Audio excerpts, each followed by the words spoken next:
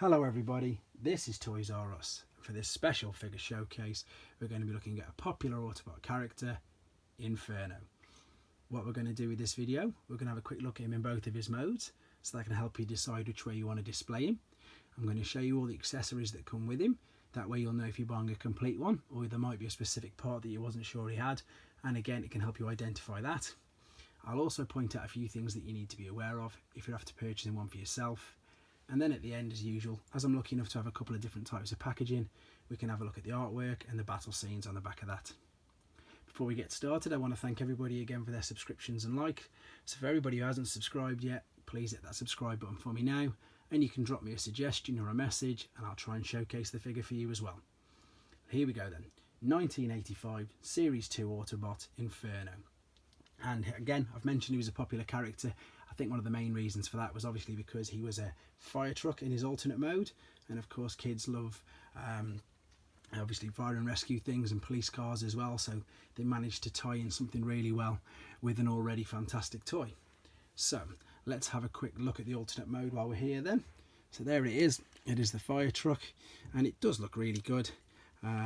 Big things to be aware of with this, and this one's not the best, to be honest. If you have a look at the ladder, there is a bit of sun fade. It is cream, so anything that's white, so you've got your ladder and you've got your fire hose there. If I just put it next to the one that I have out on display, you can see the difference in the colours there. This one on the right hand side is that bit creamier. While we're on the subject of the ladder, it does telescope out 3 times, so that's something you need to look out for.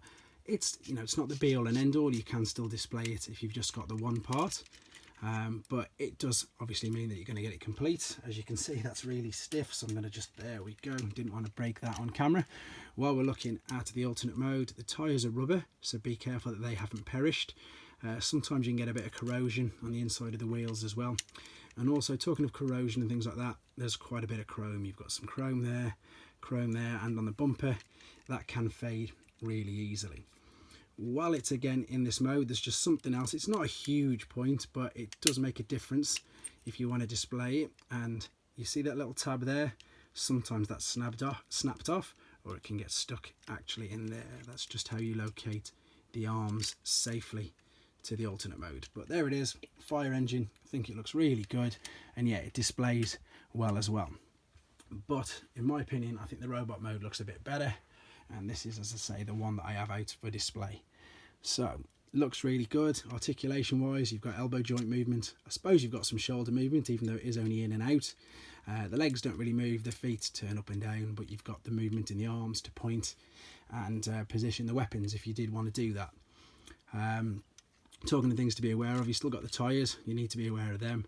You can see how the chrome plays a big part now because it's right in the centre of his torso, and yeah, the white as well.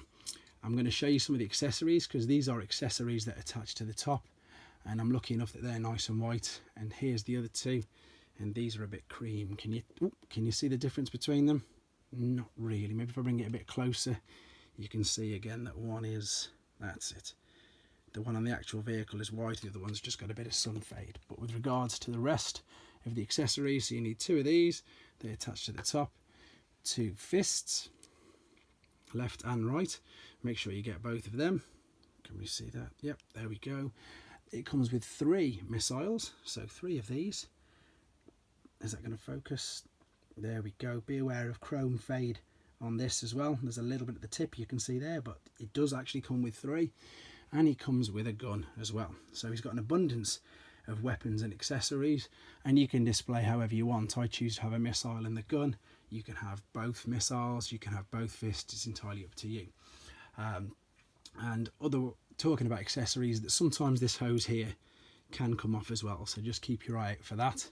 So he does come with quite a lot of bits, to be honest, and unfortunately, along with a lot of the older figures, there isn't a way of displaying in either mode all the parts that come with him, so you will have to have them kept separately away in a bag or in a box somewhere safe. You can't display him with all his particular accessories that comes with him. But there we go, that's enough about the figure. Hopefully I've covered everything for you there. Let's have a quick look at some of the packaging then. So the first one we might as well look at is the original box. So this is the 1985 box. We've got the lovely artwork, there we go, of Inferno at the front. Nice shiny box as well there.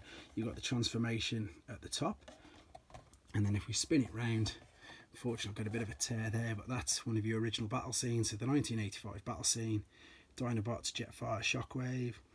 Again, lovely piece of artwork there. That's this, as I say, the original one.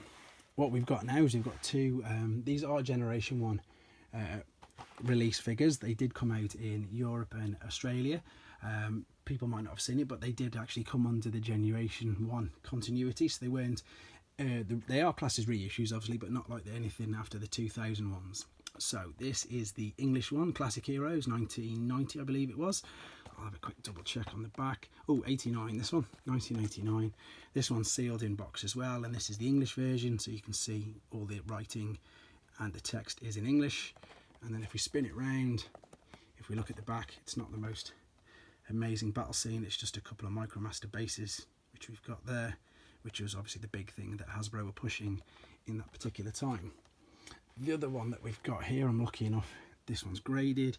This one looks exactly the same, but if you have a quick look at the language, this one's in Spanish, so everything else is the same. You've just got the Spanish language, and if we spin it around, you've got a different battle scene. So you've got, these are the main figures that they released under these classics reissues in the early 90s, very late 1989. So obviously Jazz, Trax, Sideswipe, these are the figures that they reissued in these gold boxes.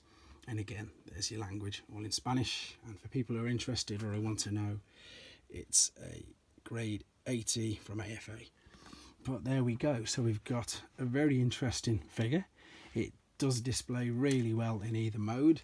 Be aware of all the accessories that do come with him if you do want to complete it. And yeah, as I say, he looks really good. He still stands the test of time. He has been reissued quite a lot down the Generations line, so he's still a popular enough character for that reason. And I hope you like looking at it. I hope it brought back some nice memories. And of course, please take care.